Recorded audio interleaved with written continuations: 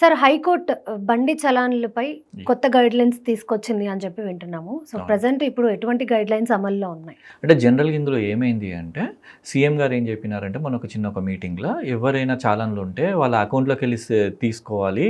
ఇమ్మీడియేట్‌గా డిడక్ట్ చేయాలి. ఈ ట్రాఫిక్ వల్ల చాలా ఇబ్బంది అవుతుందనే ఉద్దేశంలో తను చెప్పినారు. ఓకే. చెప్తే ఒక వ్యక్తి ఏం చేసినారంటే, హైకోర్టుని ఆశ్రయించడం జరిగింది. ఇది ఎంతవరకు కరెక్ట్ అనే విషయంలో. హ్మ్. సో, ఇక్కడ ఏమైంది అంటే, హైకోర్టు వాదనలు విన్న తర్వాత ఏ బండి గానీ, వెహికల్‌ని రోడ్డు మీద ఆపే రైట్ పోలీసులకు ఉంది కానీ, దాని మీద ఉన్న ఛాలెన్స్‌ని ఇమ్మీడియేట్‌గా కట్టాలని ఒక పాయింట్ మీరు వేధించకూడదు ఓకే. అని క్లియర్‌గా చెప్పింది. హుహు. దాని మీద వాదనలు జరిగినప్పుడు పోలీసులకు ఉన్న రైట్ ఏంటంటే ఎప్పుడైనా గానీ వెహికల్‌ని ఆపొచ్చు. హ్మ్. కానీ దాని మీద ఉన్న చాలన్లను ఇప్పుడే కట్టండి, ఇప్పుడు కడితే గానీ వెహికల్ ఇయ్యము అని చెప్పడం ఒక పాయింట్. రెండోది కీస్ గుంజుకోవడం. హ్మ్. దీని మీద కూడా చాలా సార్లు హైకోర్టు డైరెక్షన్ ఇచ్చిందండి. ఏ ఓకే. ట్రాఫిక్ కానిస్టేబుల్ గానీ, ఎస్ఐ గానీ ఒక వెహికల్ యొక్క కీస్ గుంజుకొని బండి తీ అని చెప్పేందుకు రైట్ లేదు.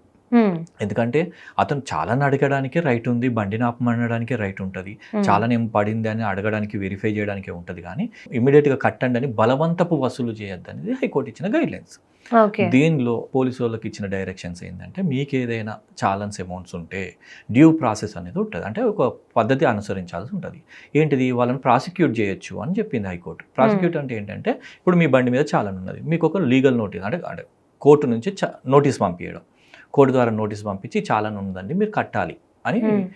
మీకు నోటీస్ పంపించే అవకాశం ఉంటది. కానీ ఓకే. ఇమ్మీడియేట్‌గా ఇప్పుడే కట్టండి అనే రైట్ అయితే లేదు.